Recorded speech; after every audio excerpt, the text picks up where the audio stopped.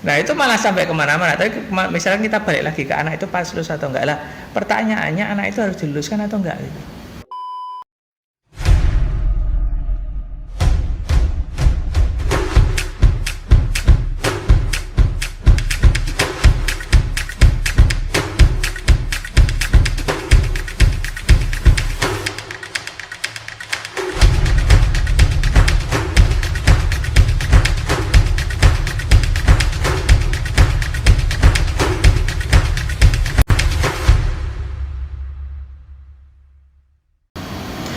Ya, balik lagi bareng kami di podcast yang masih belum ada namanya. Mungkin kalian kalau ada saran nama boleh ya di bawah. Please, tak butuh bantuan kalian para subscriber. Nah, oke. Masih bersama saya, Pak Kun, dan Pak Randy, partner in crime kita, Pak Randy, yang akan membahas konspirasi-konspirasi pendidikan. Dan membahas konspirasi dunia pendidikan ya. Ya, segala sesuatu yang berkaitan dengan pendidikan dan masa depan. Asik. Masa depan. Oke. Hari ini kita bahasanya apa, Pak? Kita ini kebetulan kita itu ini semester genap. Semester genap yang kita hadapi adalah kenaikan kelas dan kelulusan. Nah, yang jadi pertanyaan itu adalah saat siswa itu naik atau siswa itu lulus, apakah mereka pantas naik dan apakah mereka pantas lulus? Iya. Soalnya kita tuh sering banget dapat dari kata orang-orang. Kayak misal orang-orang lama tuh bilang, kowe iki sementing sekolah, kamu itu yang penting sekolah masuk, ujian ngerjain, absen, udah pasti lulus. Nah ini kan sebenarnya kalimat yang kalau lulus itu pasti, tapi lulus dengan nilai memuaskan, lulus dengan lulus dengan layak, lulus dengan layak itu jadi memang perlu digapai, bukan cuma sekedar masuk, sekedar lulus. Jangan karena lulus. Saya sering bilang ke siswa saya, kamu pilih lulus memang pantas lulus, atau kamu lulus karena dikasihani gitu. Masa mereka lulus hanya lulus karena dikasihani kan, seperti itu. Susah juga iya, kan? Juga. Nah, tapi kalau kita melihat sejarah dulu ya, kita lihat dari zaman dulu di mana sekolah itu fungsi dari sekolah sebenarnya itu apa tuh itu? Kita balik lagi ke situ sebenarnya. Fungsi dari sekolah itu apa toh? Nah, kalau yang saya tahu fungsi dari sekolah itu kan estafet pengetahuan itu. Dari generasi ke generasi selanjutnya. Nah, yang namanya estafet pengetahuan, artinya apa yang namanya estafet pengetahuan itu ya kalau dia tidak berhasil untuk dapat pengetahuannya yang diestafetkan ke dia itu ya dia harusnya nggak lulus, selesai. Nah, cuman yang jadi perkara itu adalah di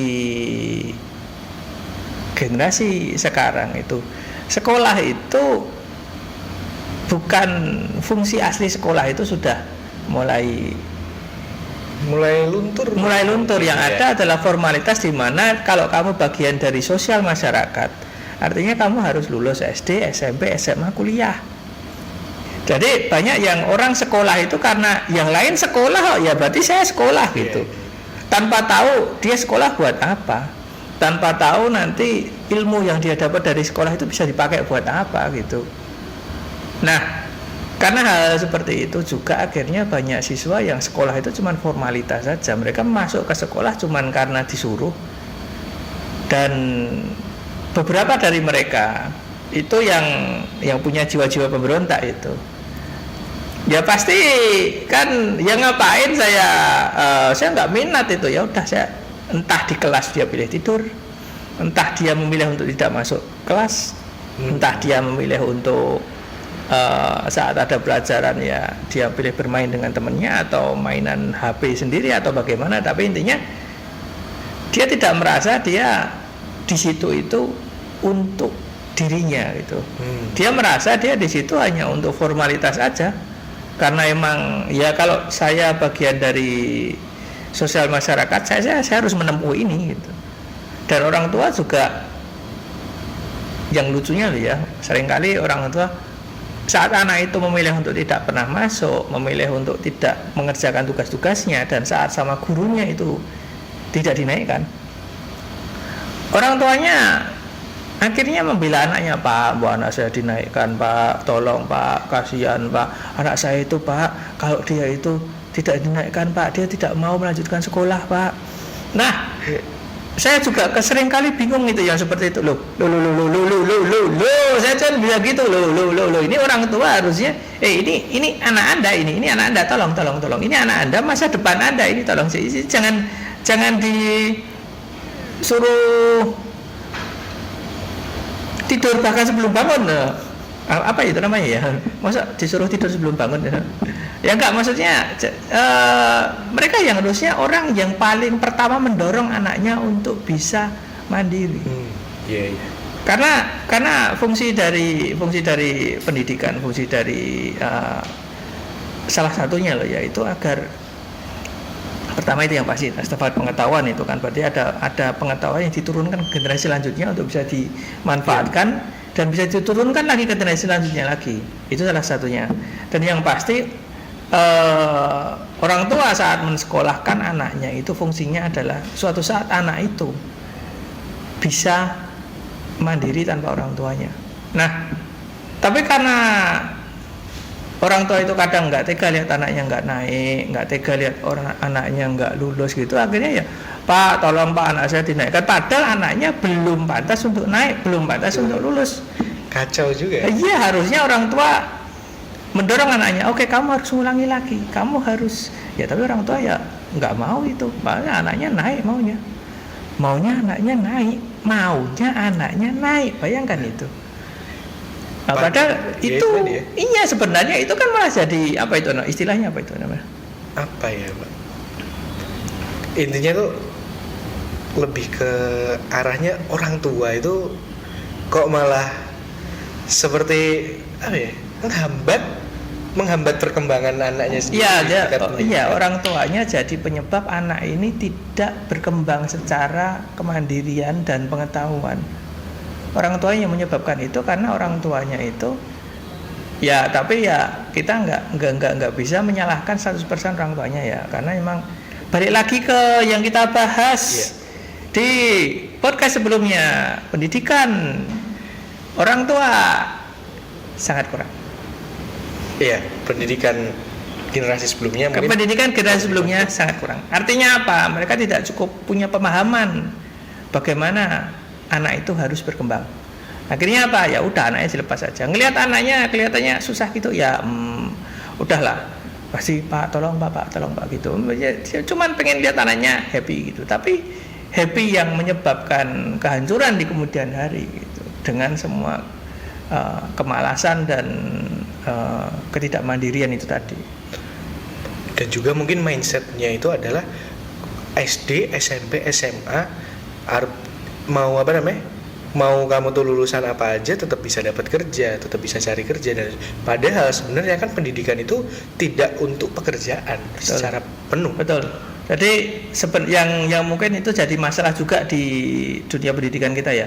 Karena semakin kesini sebenarnya pendidikan itu diarahkan untuk kita, apalagi kurikulum yang baru, kurikulum merdeka itu yang sekarang mau diganti lagi itu.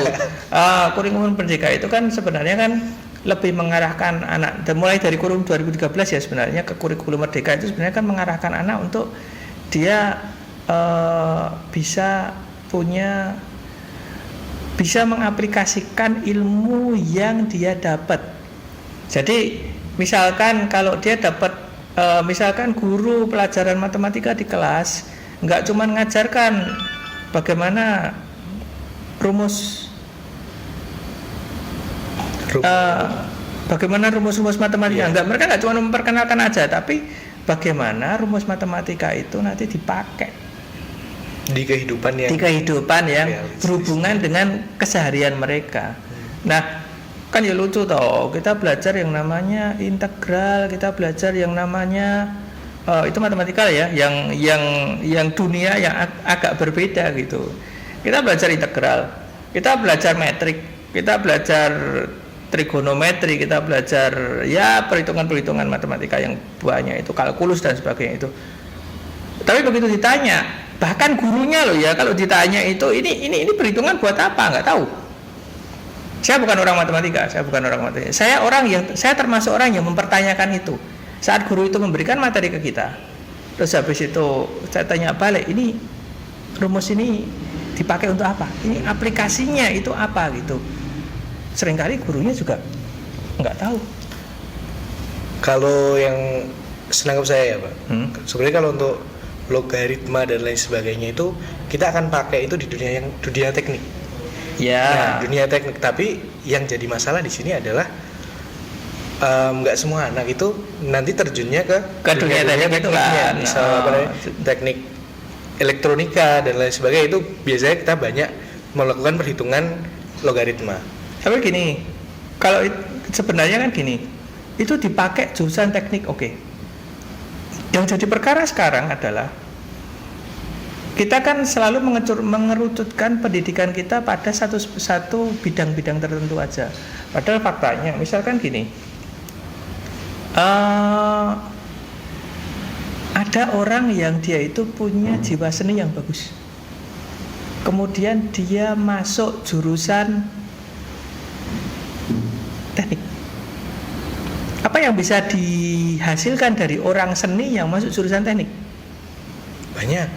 Dia bisa membuat karya seni dalam bentuk apa itu namanya? Yang Atau dia malah stres di situ. Ada dua, memang ada dua sih. Ada orang yang punya visi. Jadi aku masuk teknik, misal teknik yang apa namanya? Misal elektronika, biar dia bisa bikin apa nih? Mungkin lukisannya bisa berjalan, listrik. Atau emang dia malah stres di situ. Stres di situ karena ini bukan dunia saya tersesat di sini, saya bingung gitu. Nah, itu mungkin dari anak SD, SMP, SMA karena mereka itu sudah di kurikulum yang ditentukan.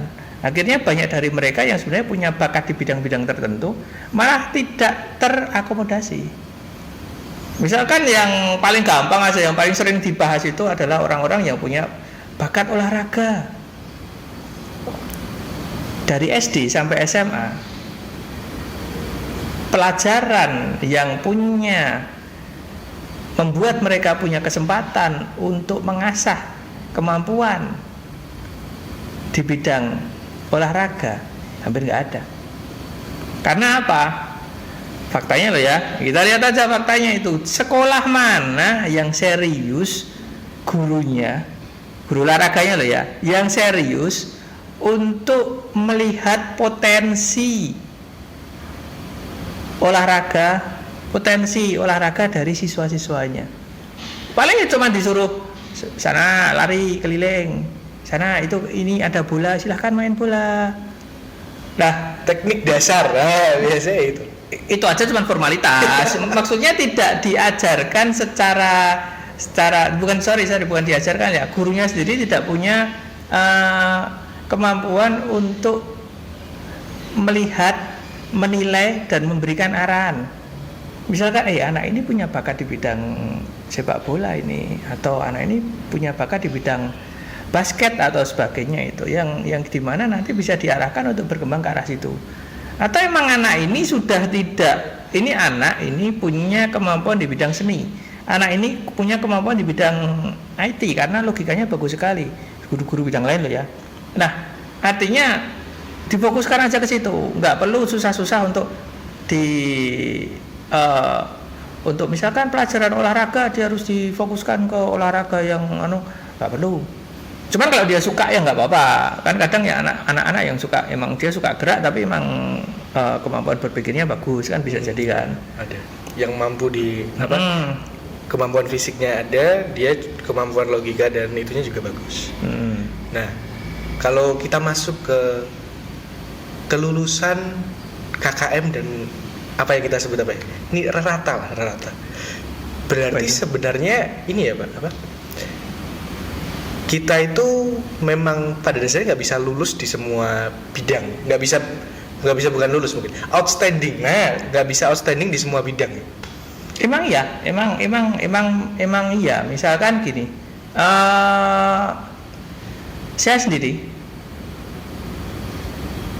saya dari seni rupa. Terus habis itu saya lanjut ke FISIP. Habis itu saya karena keterpaksaan ya, akhirnya saya melanjutkan ke bidang IT itu. Tapi kalau ditanya apa dari bidang itu saya punya kemampuan yang bisa untuk dimaksimalkan, jawabannya tidak. Karena ternyata saya sendiri itu kurang di situ. Dari 3 bidang yang saya masuk itu, ternyata saya sebenarnya kurang di situ. Ya mungkin kalau fisik mungkin beda ya. Kalau dulu mungkin zaman saya mungkin fisiknya kalau saya nggak ngambil extension, kalau fisiknya saat itu saya ngambilnya fisik yang reguler mungkin berbeda. Karena saya agak tertarik dengan bidang-bidang sosial politik. Oh, iya. Agak tertarik saya di situ. Cuman karena saya fisiknya ngambilnya extension yang kuliahnya cuma sore dan malam, dan habis itu juga semuanya ya yang penting masuk ke kelas, mengerjakan tugas, dapat nilai, lulus, itu ya menyelesaikan SKS lah, cuman formalitas saja lah itu karena ngambilnya extension. Tapi dari sini begitu saya jadi guru di SMK, saya jadi paham ternyata saya suka masak. Kenapa dulu saya itu nggak masuk jurusan kuliner? Seperti itu ternyata, dan itu sudah saya guru IT gitu, dan ternyata saya merasa bahwa saya sukanya bidang kuliner. Iya. Nah, misalkan Pak Agung itu bisa dibayangkan itu begitu masuk bidang apa, ternyata saya sukanya ini ya. Dan yang jadi perkara, yang jadi masalah, bukan masalah ya, sorry ya Bu, yang jadi seringkali itu di belakang apa itu dilema ya, dilema kekecewaan atau apa itu kan karena ya begitu kita sudah melewati gitu. Misalkan saya ini di sekolah ini ada jurusan boga, tapi saya tidak mungkin jadi guru boga karena kualifikasi saya secara administratif adalah IT. Iya, guru komputer gitu. Nah, terus yang bidang-bidang lain itu Pak Gun misalkan itu ternyata bidang apa ya kita nggak pernah tahu itu. Hanya orangnya sendiri yang ternyata saya nyaman di sini ya, seperti itu. Nah, karena pendidikan kita itu kurang dalam mengarahkan anak ke situ, akhirnya mereka bahkan sampai lulus SMA pun mereka nggak tahu arahnya kemana, kecuali orang-orang yang memang dia punya kemampuan lebih. Berarti di kurikulum yang baru itu diharapkan memang mereka itu bisa eksplorasi diri lebih, bisa lebih cepat untuk mengetahui keinginan mereka sendiri gitu ya, atau gimana? Harusnya seperti itu. Harusnya guru juga mengarahkan, tapi realitanya karena memang banyak kekurangannya ya, karena memang semuanya serba dipaksakan untuk segera terlaksana gitu. Akhirnya guru juga apapun kurikulum yang dijalankan, cara ngajar guru nggak berubah, tetap pakai cara lama itu. Makanya itu, jadi saat cara ngajar guru nggak berubah, kurikulumnya dirubah bagaimanapun ya nggak bakaran jalan. Nah, di sini anak-anaknya akhirnya cuma jadi korban dari berbagai macam percobaan itu tadi. Perubahan kurikulum yang kita belum capai hasil yang maksimal di kurikulum ini. Oh, gurunya aja belum berubah. Masa mau berubah siswanya? Nah, itu menyebabkan siswa sendiri itu kurang bisa untuk memaksimalkan potensinya. Akhirnya mereka cuma mengikuti aja. Jadi anak-anak yang sebenarnya punya potensi di bidang tertentu, bahkan potensi itu dia sendiri aja bisa nggak tahu itu. Gurunya nggak tahu, anaknya nggak tahu. Yang lucunya itu kalau dia tahunya nanti udah di usia 40, 50 dia tahu ternyata potensinya di sini ya udah lewat semua. Ya. Kalau kita tahu kan juga orang-orang yang dia itu outstanding, dia itu pasti memang dari awal, dari kecil ya sudah fokus di satu bidang itu. Kayak misal atlet, bisa atlet yang benar-benar besar kayak mungkin siapa ya, Ronaldo ya gitu. Dia dari kecil sudah didukung dan memang punya ketertarikan di situ. Misalkan seni gitu, dia punya bakat seni, tapi kalau dia kerjanya jadi akuntan, dia punya bakat seni gitu, Terus habis itu dia cuman karena ya, misalkan dia pinter, dia sebenarnya punya bakat seni gitu.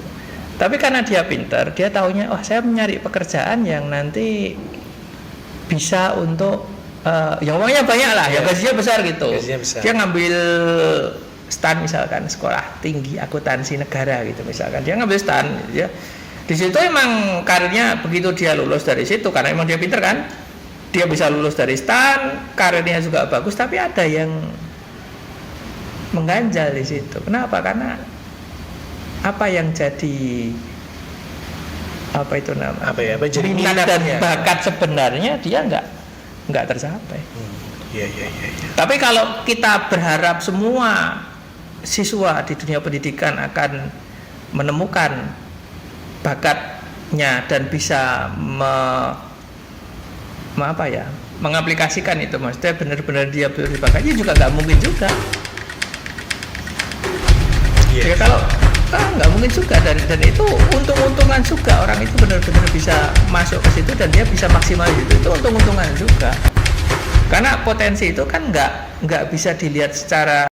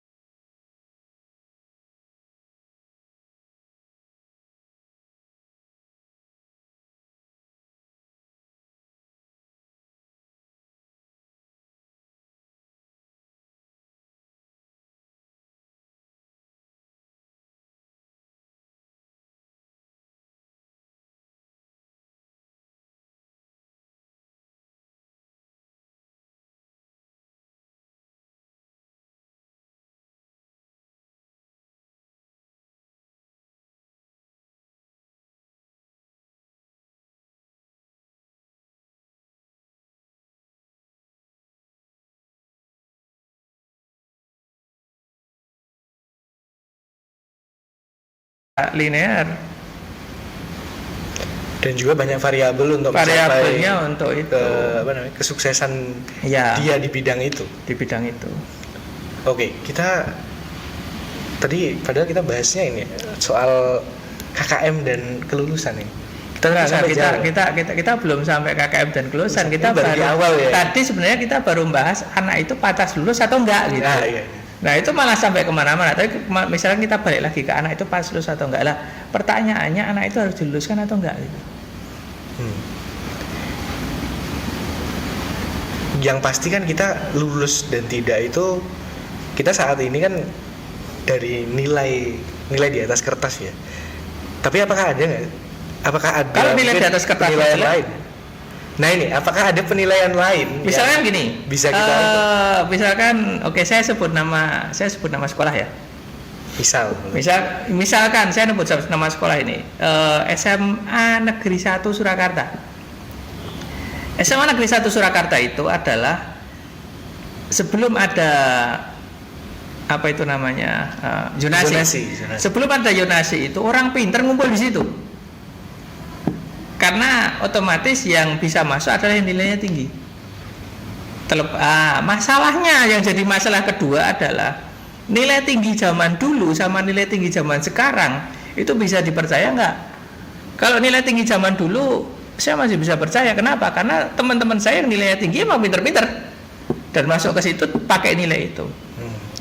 Bukan nilai katrol lah misalkan. Tapi kesini nilai tinggi itu bisa dipercaya atau enggak? Pertama itu. Kedua, nah kalau balik lagi, kalau nilai tinggi itu bisa dipercaya, nah selesai udah. Berarti emang saat yang masuk ke sekolah itu adalah orang-orang yang emang punya kemampuan. Tapi begitu zonasi ada satu masalah kecil di situ. Saya dapat cerita lucu itu. Karena saya sendiri lulusan SMA Negeri 1 Surakarta. Saya dapat cerita lucunya seperti ini. Sebelum zonasi tidak pernah ada kejadian ujian itu siswa tidak menjawab IC. Sebisa mungkin IC itu dikerjakan sama siswanya. Sak ngawur-ngawurnya dia berusaha untuk mengerjakan IC-nya dengan cara apapun lah. Tapi sejak ada zonasi pernah ada kejadian, pernah loh. Berarti saya nggak menganggap bahwa itu kejadian itu secara apa itu namanya global seperti itu. Iya, nggak semua lah ya. Jadi ini oknum, kita membicarakan oknum di situ. Ada oknum yang menulis di IC tidak dijawab itu. Pertanyaannya tidak dijawab, tapi malah di IC barang siapa mempersulit orang, maka Allah akan mempersulit. Lah, gimana itu? Padahal yang namanya soal itu kan emang dibuat dengan tingkat kesulitan tertentu untuk menguji, untuk mengetahui seberapa paham dia materi tersebut. Bukan kita sedang mempersulit. Beda dengan mempersulit dalam arti misalkan mempersulit di sini itu kan harus bisa dibedakan antara mempersulit orang itu nggak ngapa-ngapain. Itu kita masalah kita misalkan mempersulit di sini dalam arti saya mau ke naik pesawat misalkan, saya naik pesawat mau ke Bali misalkan itu. Nah saya sudah punya tiket, saya sudah punya semuanya, tapi begitu saya mau lewati atau saya mau ke luar negeri lah. Kalau lokal kan nggak ada masalah biasanya, yang biasanya luar negeri itu sebenarnya semuanya udah ada gitu. Terus tiba-tiba paspor saya dipermasalahkan, visa saya dipermasalahkan hanya karena nama saya ada kata Muhammadnya. Misalkan seperti saya misalkan ini saya nggak nunjuk ya. Misalkan itu dulu ada kejadian di mana nama saya ada Muhammadnya. Saat saya harus keluar negeri, walaupun saya nggak pernah keluar negeri, saya cuma pernah dengar hal seperti itu. Karena namanya ada Muhammadnya, akhirnya di bandara dipersulit untuk masuk ke negara tertentu karena namanya ada Muhammadnya. Nah, itu yang namanya dipersulit. Orang nggak ngapa-ngapain, nggak ada salahnya, nggak ada itu dipersulit. Misal nih, contoh mempersulit waktu ujian itu bukan dikasih soal susah, Pak.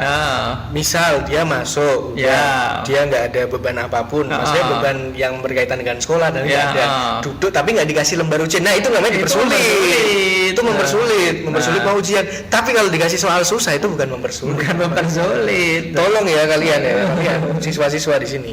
Please. Oke, kita kembali ke topik. Kita kembali ke topiknya. Nah itu loh.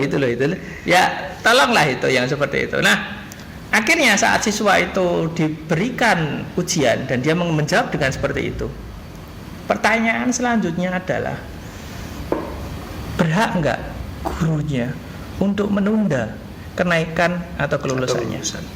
Karena dia tidak pada tempatnya dan itu adalah bentuk mengolok-olok. Dia apa ya itu namanya, melanggar etika pelajar. Ibaratnya gini lah. Udah ini mohon maaf, udah otaknya nol, attitude-nya juga nol ini. Susah sekali ini. itu bukan bapak-bapak attitude nol, tapi siswa attitude nol itu.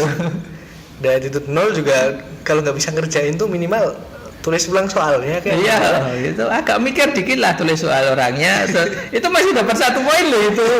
Ya kan, betul kan, kalau kita IC kita tulis ulang soalnya kita masih dapat 1 poin itu. Walaupun kita tidak menjawab. Ya. Kalau 1 sampai 10 lah ya, 1 lumayan lah ya. Ya, tapi kalau jawabannya adalah itu barang siapa mempersulit nanti bakalan dipersulit. Itu bukan menjawab, itu nantang berkelahi itu namanya. Nah, hal seperti itu. Atau misalkan ujian nggak datang, tapi maunya naik, maunya lulus. Atau ya emang dia nggak pernah dengerin di kelas, nggak pernah ada usahanya. Tapi maunya dinaikkan, maunya diluluskan. Nah, itu yang jadi perkara seringkali di sini. Lah itu balik lagi ke minat dan bakat itu tadi. Emang kalau dia nggak ada minat di situ, dia nggak ada bakat di situ, ya nggak usah ditaruh di situ sebenarnya. Dan itu emang dari orang tuanya yang memahami anak saya itu bakatnya apa, anak ini bisanya apa, taruh aja di situ.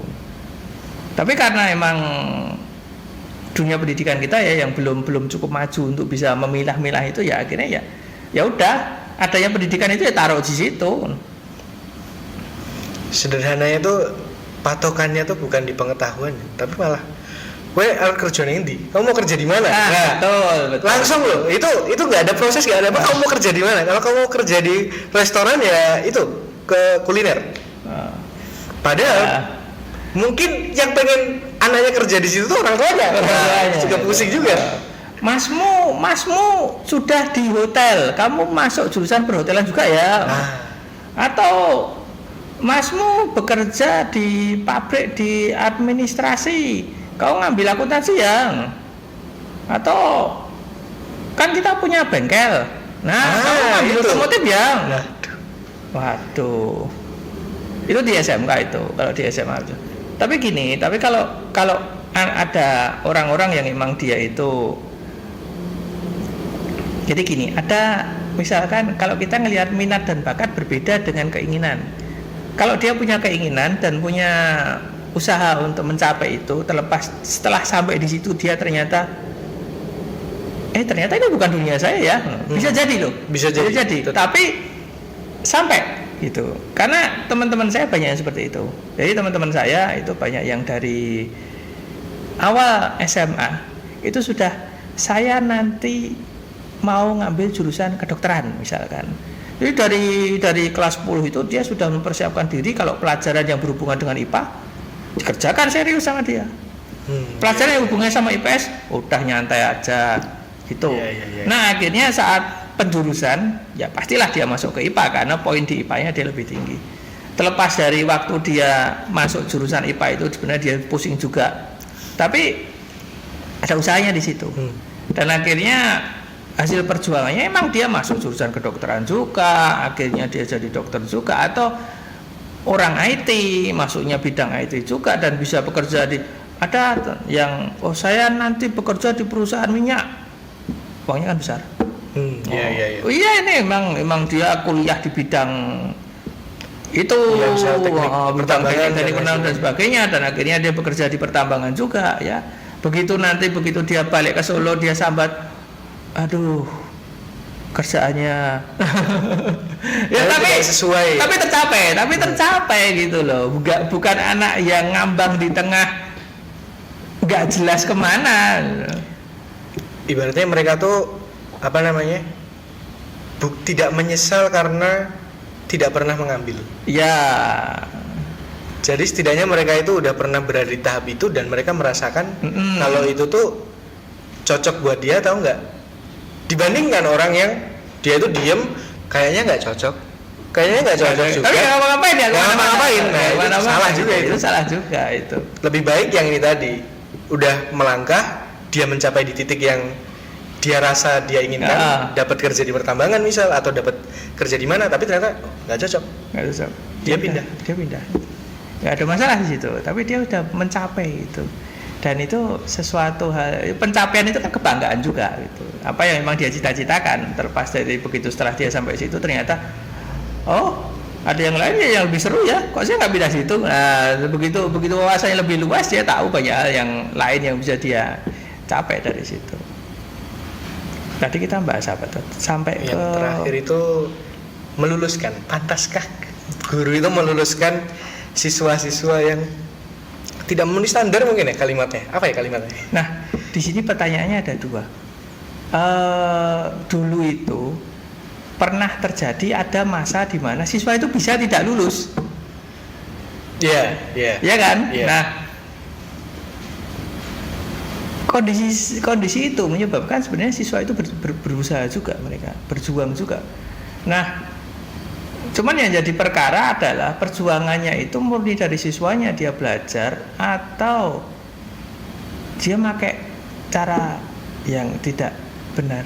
Misalkan itu ya mau gimana kalau dibilang bahwa nyontek lah misalkan. Ya, nyontek. Ya sebenarnya banyak yang masuk kategori seperti itu ya. Kita semua juga nggak jauh beda karena memang lingkungannya seperti itu. Kalau semua nyontek ya otomatis lah itu. Dan kita juga tahu saat kita tidak nyontek pun kita nggak bisa dan kita nggak lulus. Saat itu kalau ditanya, kalau saya sekarang mungkin sebagai guru ya saya punya pandangan bahwa ya kalau siswa itu belum mampu ya jangan diluluskan. Tapi dulu saya sebagai siswa, jangan, saya kan malu sekali kalau nggak lulus. Betul nggak itu? Nah, tapi kan dari kalimat yang jaringan tadi, malu kalau nggak lulus. Nah kan ada dua cara tadi. Cara pertama belajar dengan giat, atau cara kedua mutung. Akhirnya malah nggak kemana-mana. Nah berarti kan ada korelasinya. Tapi gini, ada waktu di mana anak-anak itu mutung dengan cara yang sangat tidak baik. Kasus bunuh diri misalkan. Iya. Bayangkan anak SMP nggak naik atau nggak lulus atau apa gitu, bunuh diri itu, bayangkan itu. Nah itu yang menyebabkan mungkin loh ya, itu yang menyebabkan perubahan sistem di dunia pendidikan, di dinas pendidikan yang akhirnya mengubah aturannya. Ya udah semuanya diluluskan saja gitu. Atau nih Pak, saya juga ada pemikiran nih Pak. Sebenarnya yang bikin itu terjadi itu sebenarnya tekanan dari dia nggak lulusnya atau tekanan dari orang tua dan lingkungannya? Sebenarnya tekanan dari orang tua dan lingkungan sebagian besar seperti itu, karena saat dia tidak lulus dia merasa bahwa saya akan diolok-olok oleh orang-orang di sekitar saya.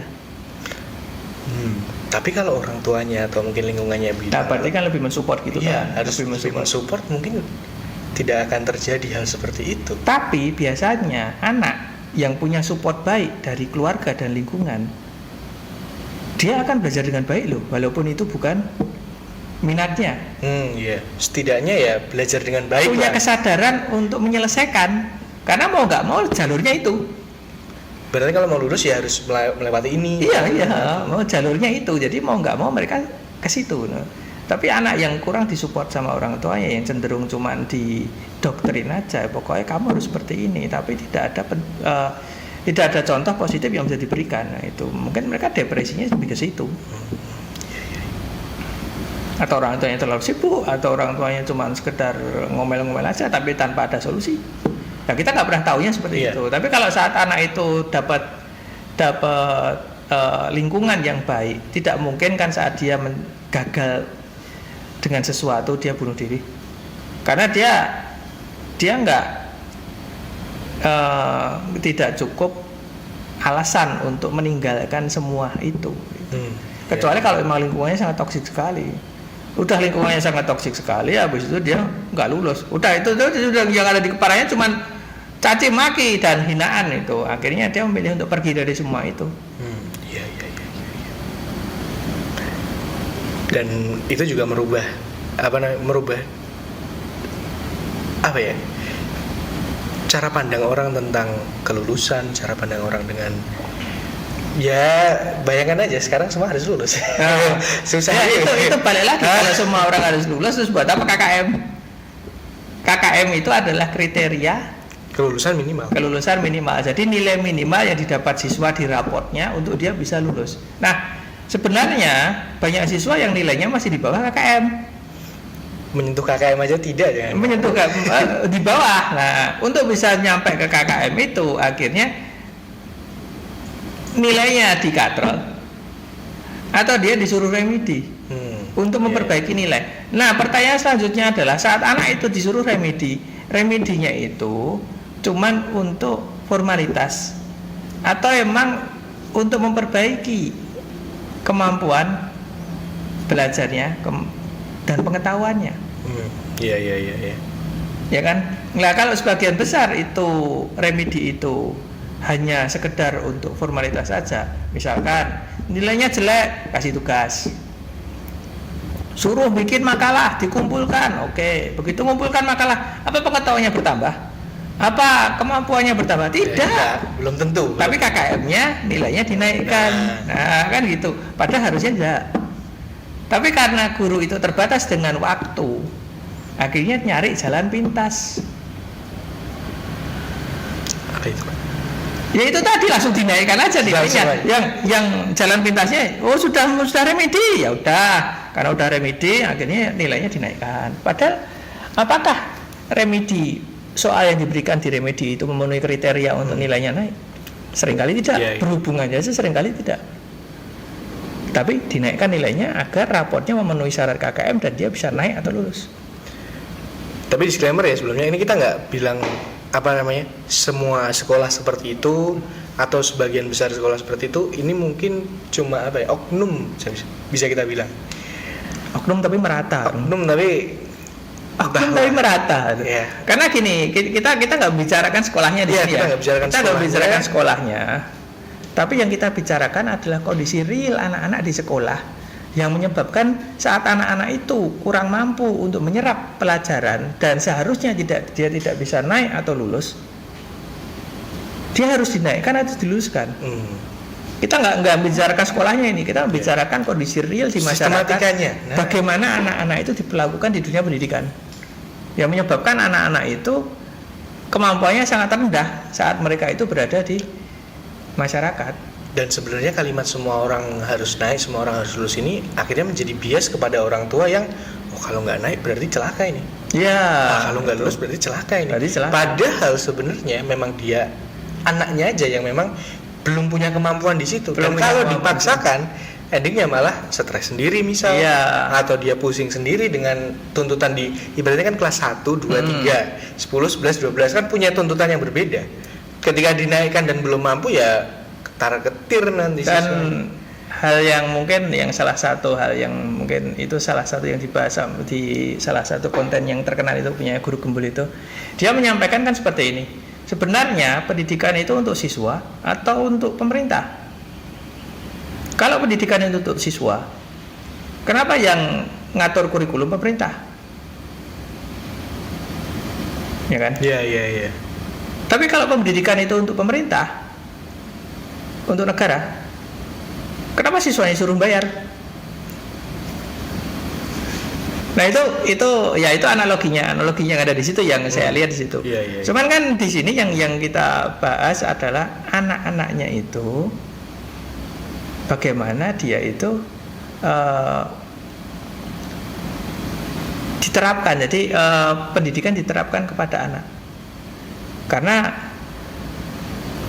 salah satu buku tentang salah satu buku yang saya baca ya, tentang kecerdasan emosional itu di situ dia disampaikan satu kalimat yang saya sangat suka itu. Buku itu judulnya adalah Emotional Intelligence, karyanya Daniel Goleman. Itu dia membahas di situ sumbangan terbesar pendidikan bagi perkembangan seorang anak adalah membantunya tumbuh sesuai dengan bakat dan minatnya agar suatu saat dia itu bisa puas dan konsekuen. Nah, berarti di sini pendidikan itu difokuskan seharusnya loh ya. Apa yang diinginkan anak, apa yang diinginkan dia di kedepannya. Misalkan apa yang diinginkan itu berubah, ya udah tinggal cari ilmu sesuai dengan apa yang dia inginkan aja. Dan ilmu itu tidak boleh dipaksakan di situ. Misalkan gini, saya tidak suka belajar apa ya? Pelajaran yang paling membosankan itu apa ya itu? Apa ya, Pak? Membosankan, nggak kepake. Sejarah itu sebenarnya kepake loh Pak. Tapi misalkan gini, oke, ini yang di depan ya, tidak suka pelajaran sejarah gitu, tidak suka pelajaran sejarah gitu. Artinya tidak perlu dipaksakan di situ. Oh iya, akhirnya dia tidak perlu, misal ada beberapa kelas di satu waktu, kelas sejarah, kelas matematika, sama kelas biologi. Nah dia tinggal milih kelasnya yang mana yang dia pengen ngambil subjeknya itu pengen diarah kemana. Misalkan seperti itu. Dan pelajarannya pun jangan yang kaku misalkan. Kan kita kalau di pelajaran sejarah kan sesuai dengan kapan ya kita coba buka buku ya. Oh iya. Kita nyoba buka buku, kita review bukunya itu bagaimana penyampaiannya yang menyebabkan kita tertarik dengan isinya atau enggak akhirnya. Atau malah kita baru buka halaman 5 udah ketiduran. Bayangkan itu kalau buku itu ada 200 halaman, tiap kita sampai halaman 5 kita udah ketiduran. Tiap 5 halaman udah pusing lihatnya. Lah artinya apa? Kita nggak maju-maju tau, kita baru buka halaman mempelajari halaman 1, 2, 3, 4, 5 ketiduran. Nah, karena ketiduran besok ngulangi lagi 1, 2, 3, 4, 5 ketiduran lagi gitu. Ya udah itu mau buku sebagus apapun yang nggak akan masuk. Lah kondisi anak-anak kita seperti itu. Dan fakta di Indonesia tingkat literasi anak sangat rendah. Ya itu menjadi banyak masalah yang ya perlu diselesaikan satu demi satu, tahap demi tahap. Pasti. Karena ya kalau anak-anaknya itu tidak bisa sebentar kita selalu bilang anak. Dari tadi yang salah anak. Kita nggak pernah melihat dari sudut pandang siswa dan wali. Sorry, guru dan wali. Kita dari sudut pandang guru dan wali. Gurunya sudah memenuhi enggak itu untuk bisa memberikan misalkan gini, berapa banyak guru di Indonesia yang punya kemampuan untuk menganalisa potensi siswa? Ya nggak banyak. Nggak banyak. Mungkin ada beberapa yang berhasil, cuman banyak juga yang belum sampai di tahap itu. Ya, saya termasuk orang yang tidak termasuk di situ soalnya. Berapa banyak guru yang punya kemampuan? Kemampuan di sini adalah dia bukan cuman menebak, tapi punya dasar. Karena sudah mempelajari dulu karakteristik orang, dan itu mempelajarinya bukan mempelajari asal belajar loh ya, maksudnya ada pendidikan khusus yang berhubungan dengan hal seperti itu yang menyebabkan dia punya kemampuan untuk menganalisa potensi. Analisis potensi siswa itu ada gitu. Lah dari situ kita bisa sekolah itu untuk memilah setiap potensi dari anak. Dan saat kelas itu isinya 36 orang, mau memeriksa satu-satu itu bukan hal yang mudah loh. Ya kan? Betul kan? Di kelas siswanya 36, kita harus mengamati satu persatu potensi anak dan nanti mengarahkan bagaimana anak itu kita berikan pendidikan, kita berikan pelajaran. Gimana cara ngajarnya anak ini? Anak A, anak B, anak C, anak D, beda semua. Terus gimana? Ayo. Itu next saja kita bisa bahas tentang sulitnya menjadi guru. Nah itu kita next aja materinya itu sulitnya menjadi guru itu next. Itu tapi di sini kita ini sudah 45 menit ini. Okay. Kita lebih ke lebih ke kira-kira mereka pantas naik atau pantas lulus atau tidak. Bagi anak-anak yang di bawah KKM loh ya, di bawah standar. Di bawah standar. Apa mereka tetap harus dinaikkan dan apa mereka harus diluluskan? Ini akan menjadi pro kontra yang panjang. Jadi teman-teman boleh kolom komentar tolong diisi pendapatnya masing-masing Bapak Ibu guru, silakan. Bapak Ibu guru atau siapapun yang suatu saat melihat konten ini, karena konten ini baru ya, jadi belum tentu banyak yang melihat, tapi suatu saat kalau konten ini aja yang melihat, mungkin bisa dijadikan gambaran kondisi bagaimana kehidupan siswa di sekolah dan menilai pantaskah mereka diluluskan atau pantas gak mereka dinaikkan dan alasannya apa. Dan yang pasti kalau iya ataupun tidak itu bagaimana dengan mereka ke depannya. Karena yang kita tahu adalah mereka harus punya ijazahnya. Pengennya kan cuma itu sebenarnya. Jadi kita punya kesalahan berpikir bahwa sekolah itu yang tadinya adalah tempat untuk mencari ilmu berubah jadi tempat beli ijazah. Wah, ini mungkin kita bahas keluh kesah menjadi guru besok, kesulitan next ya kita bahas tentang kesulitan menjadi guru itu. Nah, berarti sampai sini kita bahasnya tentang anak itu harus lulus atau enggak. Tadi kan kita udah banyak ada pembahasan tipis-tipis lah tentang dinamika anak, dinamika pendidikan dan terkait dengan kelulusan. Nah, buat teman-teman sekali lagi pokoknya kalau kalian punya pendapat bukan cuma tentang kelulusan, mungkin juga tentang sistematika pendidikan, boleh banget. Kolom komentar nggak dimatiin kan kolom komentarnya? Nggak komentar. Ya intinya kita cuman guru yang pengen mengeluarkan unek-uneknya itu aja. That's it. Pokoknya kalau kalian komentar nggak akan kita hapus kok. Apapun itu. Pokoknya aman. Nanti mungkin kalau ada admin kita mungkin akan malah menanggapi. Ya. Atau mungkin malah jadi ide konten. Ya, malah jadi ide konten itu. Oke, mungkin gitu aja. That's all ya. Terima kasih udah nemenin kita berdua di podcast keberapa ya ini? Ini ke satu yang itu awal itu. Satu awal, yang kedua yang tentang politik. Ini yang ketiga. Yang ketiga. Podcast ketiga ini, dan mungkin kalau kalian ada saran juga terkait podcastnya, jadi bukan cuma saran terkait kontennya, tapi terkait misal setup dan lain sebagainya, boleh banget kalian komen di bawah sini. Terima kasih sekali lagi, saya Nimpun Adi Kuncoro alias Pak Kun. Saya Reni Muhammad Gunawan. Kita akan kembali lagi di pertemuan selanjutnya. See you in the next video. Oke, dadah.